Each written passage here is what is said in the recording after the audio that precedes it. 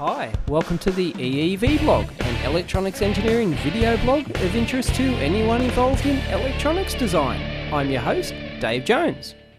Hi, one of the most common questions I get asked from beginners is what do I need to buy to set up a basic electronics lab? Do I need all this stuff behind me here? What do I need? What should I buy? What tools and test gear do I need? Well, it's a very good question, and I've mentioned it often in a lot of my videos, but I thought I'd do a complete summary video on just the basic gear you need to get started to make a decent electronics lab. Not just a lame-ass lab, a decent electronics lab. Now, I've done countless very in-depth long videos, some up to an hour, on the best multimeter and the best oscilloscope to buy and all sorts of stuff. So I won't repeat that here. If you want more detail, I'll link the videos down below there. Check them out, you can watch them to your heart's content. This will just be a very quick summary video on the basic stuff you need. Not real rock bottom stuff, but to set up a decent lab. Let's go!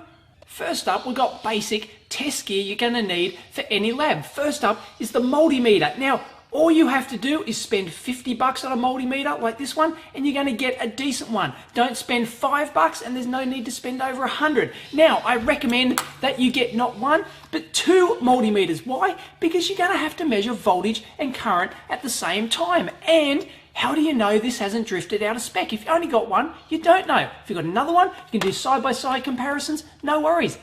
Spend $100, $50 each, get two multimeters. Don't buy those cheap-ass ones. Stick to the name brands. We've got X-Tech here, Amprobe, BK Precision, even Unity. They're just some basic good brand meters. Spend $50. I highly recommend this one won my $50 shootout, the EX330 from X-Tech. It's got all you need. It's got resistance, it's got capacitance, it's got continuity, it's got temperature, it's got current, and a good electronics meter should have a microamp range. Make sure both of your meters have a microamp range. No, just milliamps. You're gonna need microamps. Trust me. $50, all you need. Don't spend any more.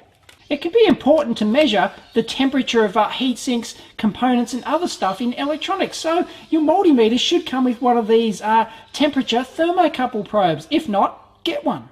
And these little wallet type multimeters, very, very handy. Highly recommend you pick up one or two of these.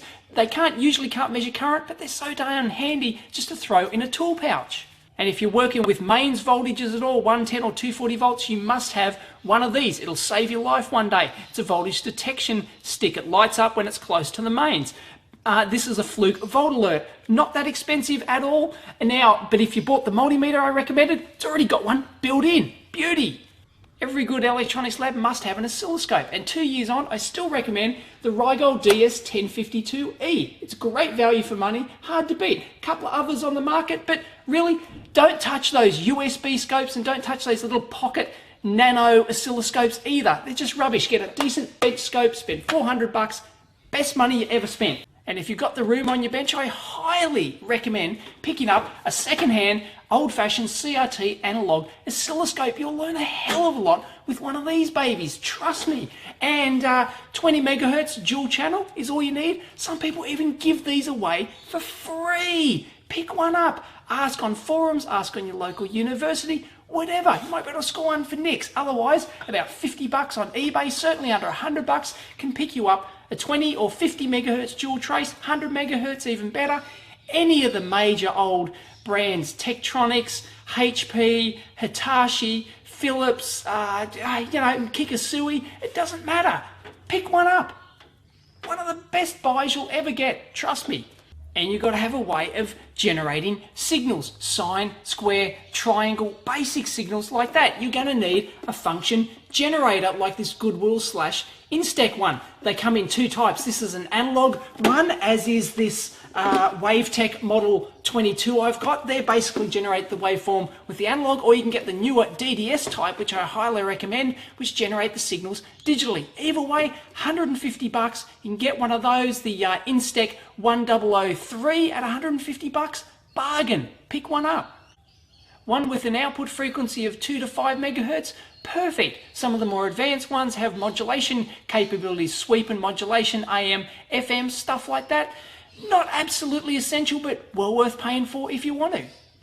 Every lab must have a good bench power supply, or more importantly, a couple of bench power supplies. The old adage is you can never have too many power supplies. Now, this is one of the classic projects which you can and you should build yourself. You can build them from junk box parts. It's amazing what you can do with just an LM317 and a couple of knobs, and bingo. Now this one's a kit from silicon chip. It's powered from an external AC plug pack, so you don't have to worry about doing mains wiring, and it's just selectable output voltages. Very handy. It's got plus and minus what's called a dual tracking supply, but this one's not variable. Fixed output, but still very handy. And here's another kit power supply. As you can see, it's got a fixed 5-volt output here with a load switch. Load switches are very handy for switching your load off and on. You don't have to disconnect it. Highly recommend you get them. This is a dual tracking supply. It's got ground and positive and negative. So as you turn up the voltage, you get dual rails. That's great for powering op amps. Highly recommend you get a dual tracking supply. And this one has a separate earth terminal as well. So a good power supply will actually be mains isolated. It will have, you can tell that by it has a separate green mains earth terminal, and that is essential because it allows you to not only join your power supplies in parallel to get extra current, but join them in series as well. If you don't have a dual tracking supply, you can get two single ones. If you had 0 and 5 volts here and you had another 0 and 5 volts both isolated, then you could just put them in series, flip it around the other way, and you get plus minus 5 volts. So I highly recommend you build one of these yourself with a load switch and a multi-turn pot. Very important. Highly recommend you get one that does that, because then it allows you to adjust it very finely. I don't like the ones with just the fine and the coarse knob. Not nearly as good. And here's another do-it-yourself kit power supply, once again from silicon chip, and it's got adjustable current limit. You can actually set a constant current output. Very handy, and I highly recommend, if you're going to build one, that it has adjustable current capability as well. And once again, it's got that multi-turn pot. You can turn that around 10 times to set the voltage output precisely. And there's tons of info out there on building your own power supplies. Go visit the EEVblog forum. Plenty of info there. Build them yourself and you'll get exactly what you want. $100 in parts can build you a couple of really decent lab power supplies. Go for it. For general electronics use, you don't need that much high a voltage or higher current, unless you're specifically into power stuff, things like that. A 15-volt supply, 1 amp, maximum, that'll do most work. That's plenty. Plus minus dual tracking 15 volts, that's usually as high as op amps will go. You usually don't need to go higher than that. You see a lot of these eBay power supplies and JCar ones, 30 volts, 3 amps, very popular. You don't need that much power usually, unless you need something specific, and they've usually only got fine and coarse single turn adjustment pots. Hopeless. You need one of those 10-turn pots, make one yourself. Don't need to go that higher power. If you need higher power, get a specific high power supply just for that. Next up, we've got soldering, and there's a lot to soldering, really. The first thing you need is a decent soldering station. Now, please do not buy a cheap ass no-name soldering station. You'll regret it. And also, don't buy one of those ones which don't have the base unit. They're just plugged straight into the mains. Do not get one of those. They're hopeless. No need to spend over $100. For under $100, you can get a Heiko FX 888 like this. Highly recommended. Tiny, small, doesn't take up much footprint on your bench. It's got a lovely stand like this. It's got a cleaning sponge. It's not only got a cleaning sponge, but it's got the other cleaning stuff as well. Highly recommended. Probably the most popular soldering station of all time, the Heiko 936. This is the older model 926. But the 936 you can still pick up. Excellent iron. Pace, Metcal, Weller, Ursa, they're all decent brands. Don't touch anything else. Whatever you do, make sure you've got a variable temperature soldering station. Don't fall into the trap of getting one of those Weller or other brand ones which you have to change the tip to change the temperature. No, don't let anyone tell you different. You need a good variable temperature soldering station. Now, you'll notice that this Heiko FX 888 comes standard with what's called a conical or round tip. These are absolutely useless. Don't get or use these at all. Make sure you get what's called one of these chisel or sometimes called screwdriver type tips. Something that's about 1 millimeter wide or 1.5 millimeters wide or even 2 millimeters, something like that. It allows you to get much better thermal contact with the pad. And you can use these for both through-hole and SMD work as well. They're dual use. Now, normally a hot air rework station like this A10858D would not be on my beginner list, but they've come down to such a ridiculously low price. You can pick one of these up for 60 bucks. It's an absolute no-brainer. Get one for surface mount soldering work, for heat shrink, for all sorts of stuff. Now, solder. You might think this is pretty basic. Just buy a roll of solder. Well, don't. This is a huge, big trap for young players, and they wonder why their soldering is crap. It's because you don't have the right diameter and the right type of solder. I highly recommend standard, not that lead-free stuff, standard 60-40 or other stuff which may have a little bit of silver load as well. You've got to have a multi-core rosin flux in there as well. This is a multi-core flux one. Now, one of the keys is that it's really, really thin. This is the #1 tip I can give you for good soldering. Use incredibly thin solder. This is 0.46 millimeters, 26 SWG, or under anything under 0.5 millimeters or 0.02 inch is essential. Don't use the 0.8 millimeter or the 1 millimeter stuff. Your soldering will be crap. You just feed too much on there. You can't control the amount of solder. Huge tip. And one of these solder spool stands I highly recommend. I wouldn't say they're essential, but a really nice touch allows you to work really easy.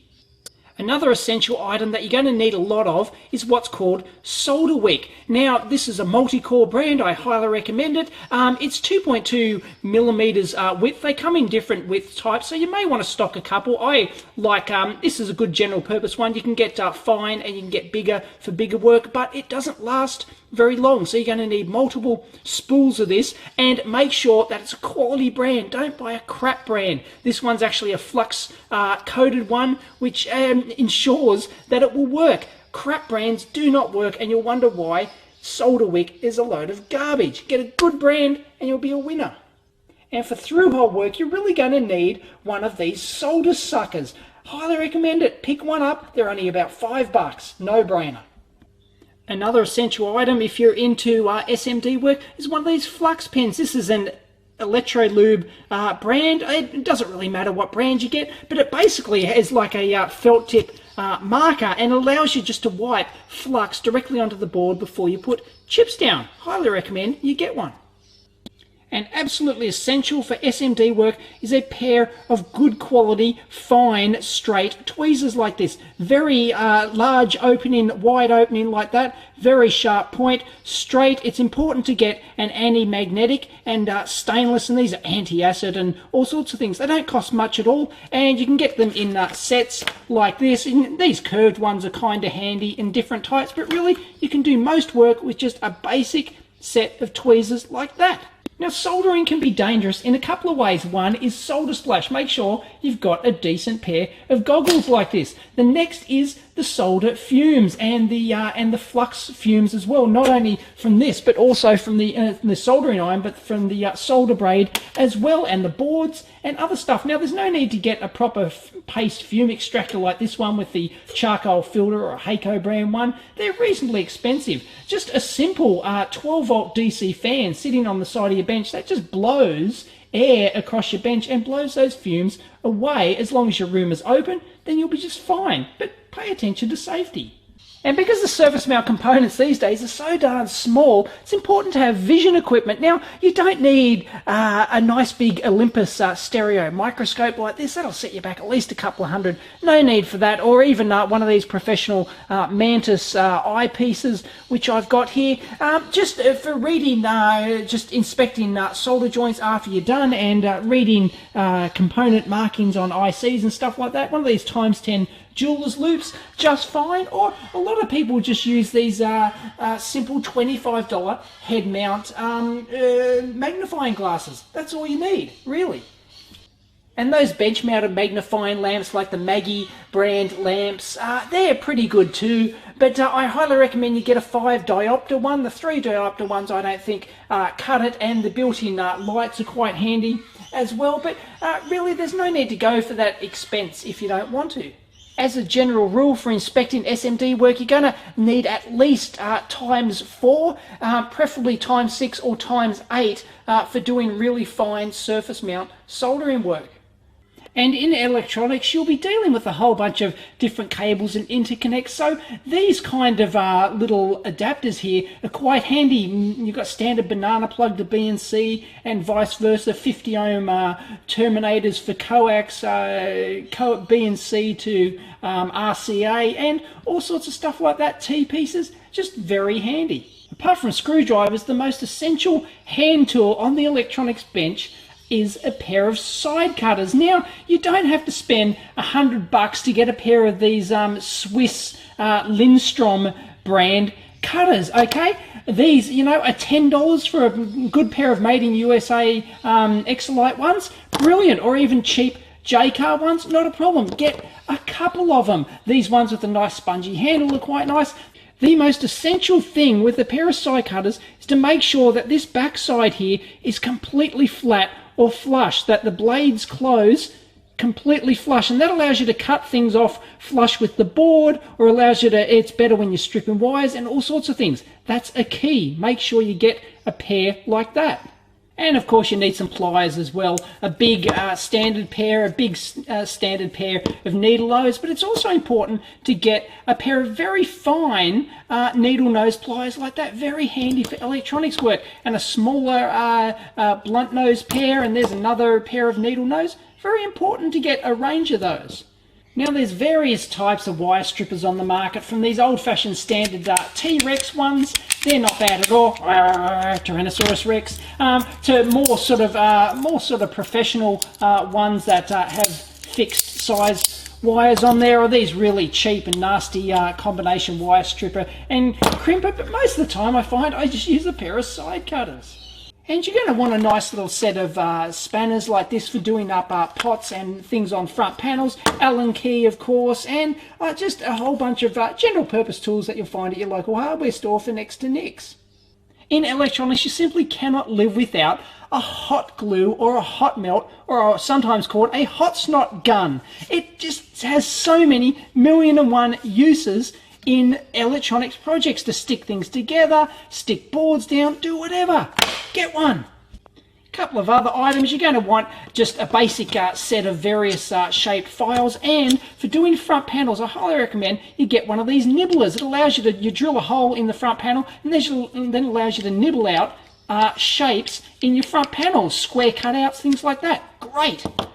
No lab is complete without an X-Acto knife, which is a brand name. This is actually a Exolite one, but ones with the replacer, or scalpel as they're called, ones with the replaceable blade, a nice good quality one. Different types of blades, absolutely essential for cutting traces in PCBs and rework and things like that. Gotta have one. You're always having to measure stuff in electronics, so it's important to get a proper engineering ruler, not one of those cheap-ass plastic ones from the stationery store. This is a proper engineering ruler, which is a standard at a certain temperature. It's got imperial on one side, metric on the other, 0.5 millimeter graduations, various other graduations on here as well in the imperial scale. You can get a nice 6-inch rule like this, and get a set of digital vernier calipers like this. They're only about $20.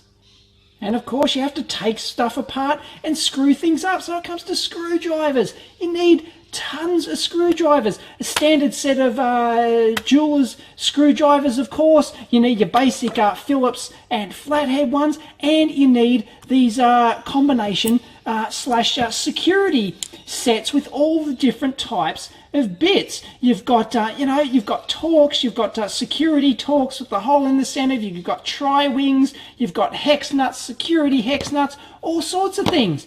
Don't skimp on screwdrivers. And it can be handy to magnetize and demagnetize your screwdrivers for picking up screws. And if you're always adjusting trim pots and things like that and trimmer capacitors, sometimes you can't use a metal one, it'll upset it, so you need these plastic ones. And don't forget DaveCAD, available in standard and widescreen version. Heat shrink's important too. You can get various sizes in mix packs like this, and to do wiring, get yourself a set of crimp terminal connectors as well. You're going to need leads, and lots of them, all types. Alligator clip to spade terminal. You're going to need BNC to alligator clip. You're going to need BNC to banana plug, female BNC to alligator clip, banana plug to banana plug. You want these alligator clip attachments for your multimeter, real handy. You're going to want these alligator clip to alligator clip leads like these. You're going to want BNC to BNC leads like that, various ones of those. And these I've got heaps of, which I find really useful, are just simple banana plug to alligator clip leads. I've got heaps. You can plug them into your multimeters, into your power supplies, whatever. Don't forget various types of tapes: electrical tape, duct tape, masking tape, double-sided tape, vinyl tape, whatever. You're going to need wire, and lots of it. Standard small, 8 strands by 0.1 millimeter stranded stuff, larger, thicker stuff, solid core, stranded. You're going to, some of this rainbow ribbon cable, very handy. You can break it up, use it for all sorts of stuff. Very handy stuff. Wire wrapping wire, some very small stuff. I've got some 30 AWG, comes in various colours. Great for modding circuits and things like that. That's a solid core, and really small stuff you can get into individual legs on ICs and modify stuff. And we've got the tin copper wire as well. It looks like solder, but it's not. It's actually solid core tinned copper.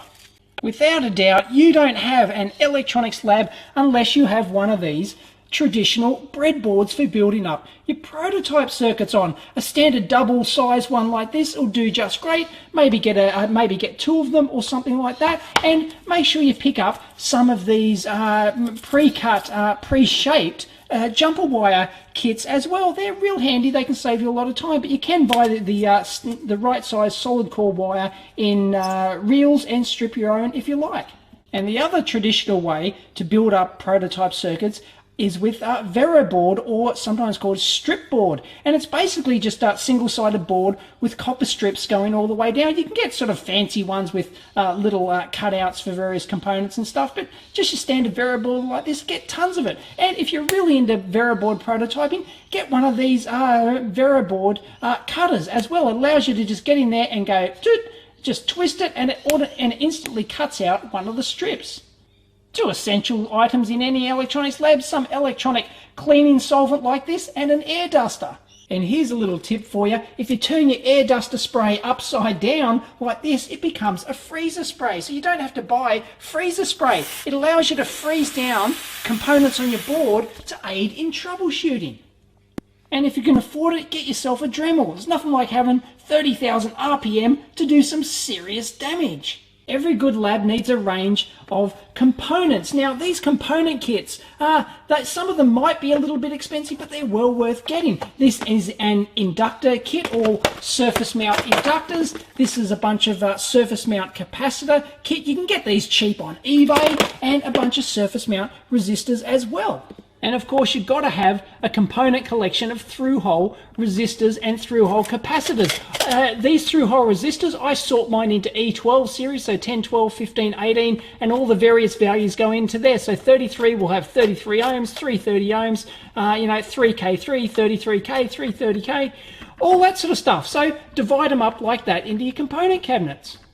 And you're going to want a basic selection of other parts as well. You can get grab bags from various suppliers, or you can buy them in 10 of or 100 of quantity quite cheaply. You can get mix bags on eBay. You get capacitors of all sorts, ceramic, electrolytic, tantalum, monolithic, various types of LEDs. You're going to want a whole bunch of voltage regulators, 7805s, LM317s. You're going to want standard transistors, NPN, PNP types, some general purpose ones, power and signal types, MOSFETs. You're going to want header connectors. You want these dual inline type and single inline header connectors. You want various ICs, 4000 series logic, 74 series logic, basic op amps and things like that, 555 timers. You just collect all these things over time. And to protect your bench and minimise ESD as well, you might want one of these anti-static work mats. They come with the studs and the attachment wire to go off to mains earth just to dissipate that static.